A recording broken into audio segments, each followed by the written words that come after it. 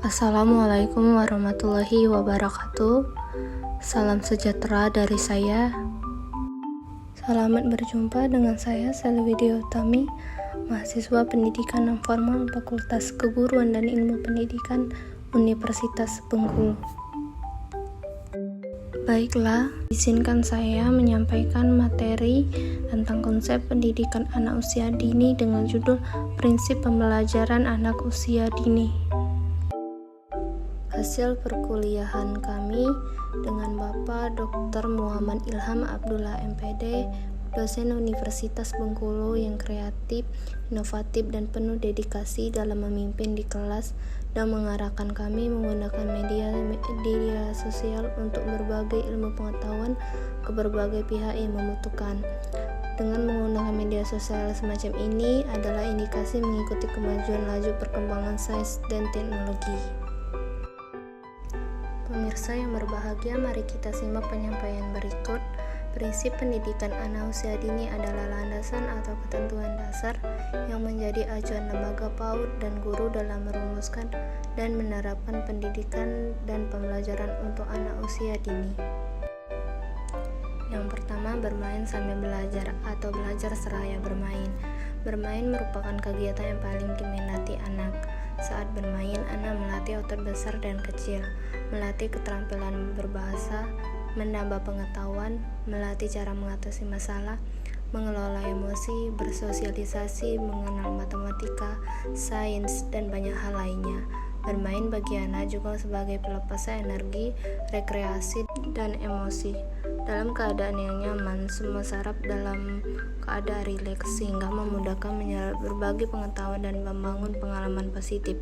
Kegiatan pembelajaran melalui bermain mempersiapkan anak menjadi anak yang senang belajar. 2. Berorientasi pada kebutuhan anak. Anak sebagai pusat pembelajaran, seluruh kegiatan pembelajaran direncanakan dan dilaksanakan untuk mengembangkan potensi anak.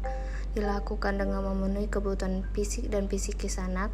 Kegiatan pembelajaran dilaksanakan dengan cara menyenangkan, sesuai dengan cara berpikir dan perkembangan kognitif anak. Pembelajaran PAUD bukan berorientasi pada keinginan lembaga, guru, atau orang tua. 3. Stimulasi terpadu. Anak memiliki aspek moral, sosial, emosional, fisik, dan kognitif, bahasa, dan seni. Kebutuhan anak juga mencakup kesehatan, kenyamanan, pengasuhan, gizi, pendidikan, dan perlindungan. Pendidikan anak usia dini memandang anak sebagai individu utuh. Karenanya, program layanan PAUD dilakukan secara menyeluruh dan terpadu.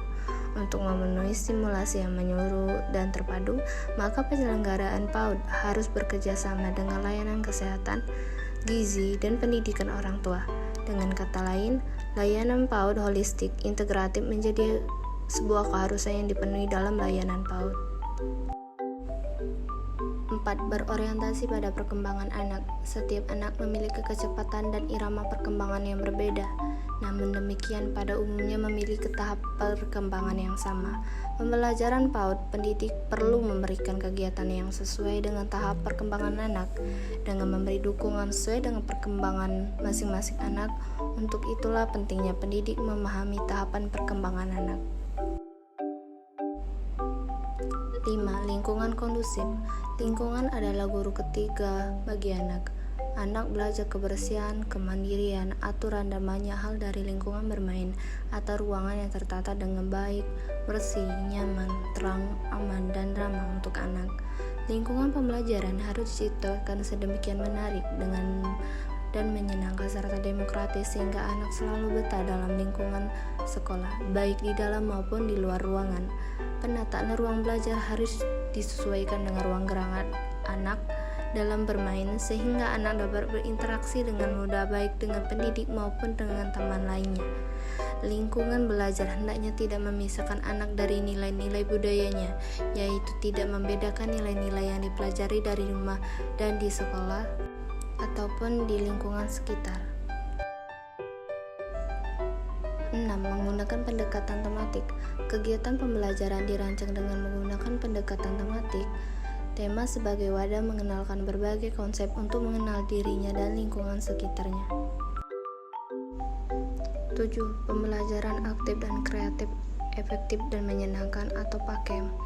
Proses pembelajaran yang aktif, kreatif, inovatif, dan efektif serta menyenangkan dapat dilakukan oleh anak yang disiapkan oleh pendidik melalui kegiatan-kegiatan yang menarik, menyenangkan untuk membangkitkan rasa ingin tahu anak, memotivasi anak untuk berpikir kritis dan menemukan hal-hal baru. Pengelolaan pembelajaran hendaknya dilakukan secara demokratis, mengingat anak merupakan subjek dalam proses pembelajaran. 8. Menggunakan berbagai media dan sumber belajar.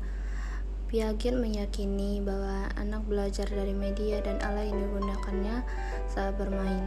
Karena itu, media belajar bukan hanya sudah menjadi berasal dari pabrikan, tetapi juga segala bahan yang ada di sekitar anak, misalnya daun, tanah, batu-batuan, tanaman, dan sebagainya. Penggunaan berbagai media dan sumber belajar yang dimaksudkan agar anak dapat bereksplorasi dengan benda-benda di lingkungan sekitarnya. Anak yang terbiasa menggunakan alam dan lingkungan sekitar untuk belajar akan berkembang lebih pekat terhadap kesadaran untuk memelihara lingkungan. 9. Berpusat pada anak. Pembelajaran yang efektif adalah berpusat pada anak. Fokus guru terhadap anak akan memberikan kesan tersendiri pada anak, sehingga anak mau belajar bersama, berbagi dengan teman-temannya, bercerita, dan bertanya. Itu dia kenapa ada quotes yang disampaikan dari hati akan sampai ke hati pula. 10. Pembelajaran aktif. Buang dulu urat malunya. Anak PAUD banyak tingkah. Itu dia maunya juga partner yang sesuai keinginannya karena egosentris mereka masih tinggi. Jadi pembelajaran di sekolah pun bisa menjadi sarana pembelajaran yang aktif antara guru dan murid layaknya anak dan orang tua. 11. Berorientasi pada pengembangan nilai-nilai karakter. Pemberian rangsangan pendidikan dan pembelajaran diarahkan untuk mengembangkan nilai-nilai karakter. Pengembangan nilai-nilai karakter dilakukan secara terpadu, baik melalui pembiasaan dan keteladanan yang bersifat spontan maupun terprogram. Mereka sangat cepat menyerap materi dan akan mengikuti apa yang ia lihat dan dilakukan oleh orang sekitarnya. Maka dari itu, tanamkan yang baik-baik seperti penanaman karakter agar menjadi bekal mereka kelak ketika sudah menjadi memais. 12. Pemanfaatan teknologi informasi. Guru hendaknya dapat mengetahui perkembangan teknologi yang ada dan dapat memanfaatkannya untuk melakukan kegiatan pembelajaran dan menstimulasi perkembangan anak, sehingga anak dapat mengikutinya dengan perasaan senang, antusias, dan terstimulus wawasan teknologinya.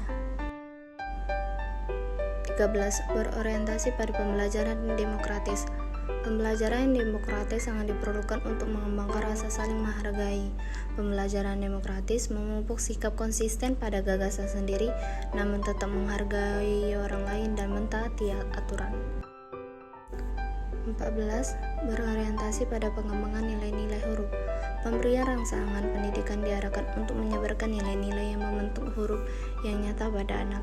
Pengembangan nilai-nilai huruf tidak dengan pembelajaran langsung, akan tetapi melalui pembelajaran untuk menyebarkan kompetensi pengetahuan dan keterampilan serta melakukan penyesuaian dan keteladanan. Demikian materi konsep pendidikan anak usia dini yang dapat saya sampaikan, hasil perkuliahan kami semester genap tahun akademik 2023-2024. Semoga bermanfaat dan dapat menjadi amal ibadah bagi kita semua. Amin, amin ya robbal alamin. Terima kasih, sampai jumpa di lain waktu dengan judul yang lebih menarik. Wabillahi taufiq wal hidayah. Wassalamualaikum warahmatullahi wabarakatuh.